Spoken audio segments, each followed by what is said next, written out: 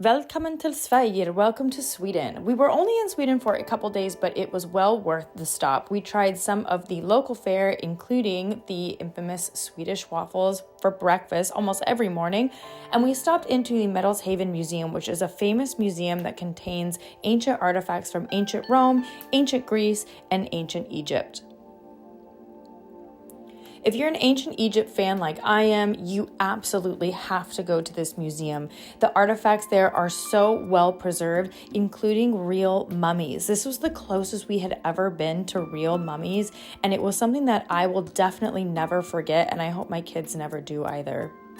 The next day we went to the Vasa Museum. The Vasa is a ship that sunk off the coast of Sweden on its maiden voyage. However, it is extremely well preserved, and so we were able to see all layers of the ship. The way that the museum is set up is it's 4 stories, and so every story of the museum you get to see a different part of the ship, including walking into a recreation of what it would have been like to actually be on the Vasa.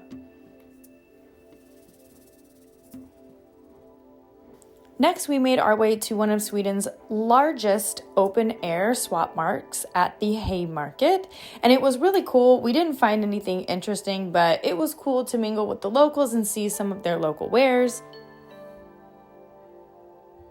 After that, we had lunch at Polpetta, and I had the best pizza of my life. We actually ate there twice before snagging some donuts to eat on the walk back to our Airbnb. And of course, we had to eat some authentic Swedish meatballs at Meatballs for the People.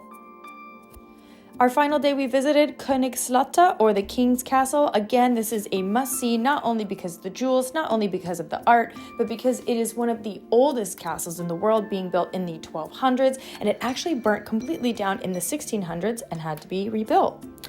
Our last dinner was surprise barbecue, which I would have never expected to see, but it was delicious.